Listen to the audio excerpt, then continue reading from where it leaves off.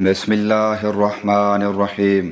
حضرت جندب رضی اللہ عنہا سے روایت ہے، انہوں نے فرمایا، میں نے قربانی کے دن رسول اللہ صلی اللہ علیہ وآلہ وسلم کو دیکھا کہ آپ نے وادی کے نشیبی حصے میں کھڑے ہو کر بڑے جمرے پر کنکریاں ماریں، پھر واپس ہوئے۔ قبیلہ خشم کی خاتون آپ کے پیچھے چل پڑی۔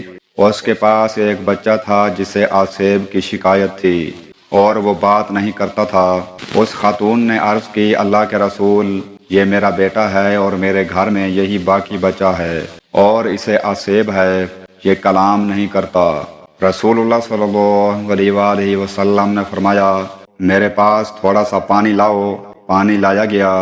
نبی صلی اللہ علیہ وآلہ وسلم نے اپنے ہاتھ دھوئے اور کلی کی، پھر یہ مستعمل پانی اسے دے دیا اور فرمایا، کچھ پانی اسے پلا دینا، کچھ اس کے اوپر ڈال دینا اور اس کے لیے اللہ سے شفا کی دعا کرنا۔ جندب رضی اللہ عنہا نے فرمایا، میں اس عورت سے ملی اور کہا، اس میں سے تھوڑا سا متبرک پانی مجھے بھی دے دو۔ اس نے کہا، یہ تو اس بیمار کے لیے ہے۔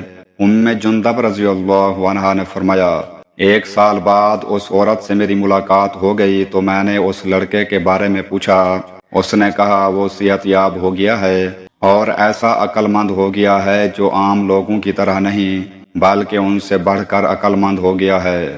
سنن ابن ماجہ حدیث نمبر 3532۔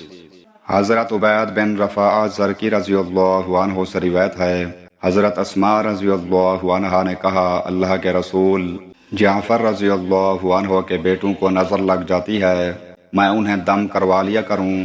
رسول اللہ صلی اللہ علیہ وآلہ وسلم نے فرمایا، ہاں، اگر کوئی چیز تقدیر کا مقابلہ کر سکتی تو نظر اس تقدیر سے آگے بڑھ جاتی۔ سنن ابن ماجہ حدیث نمبر 3510۔ حضرت ابو ہریرہ رضی اللہ عنہ سے روایت ہے، انہوں نے فرمایا، رسول اللہ صلی اللہ علیہ وآلہ وسلم کی مجلس میں بخار کا ذکر ہوا تو ایک آدمی نے اسے برا بلا کہا۔ نبی صلی اللہ علیہ وآلہ وسلم نے فرمایا، اس بخار کو برا نہ کہو، اس سے گناہ اس طرح دور ہو جاتے ہیں جس طرح آگ سے لوہے کی میل کچیل دور ہو جاتی ہے۔ سنن ابن ماجہ حدیث نمبر 3469۔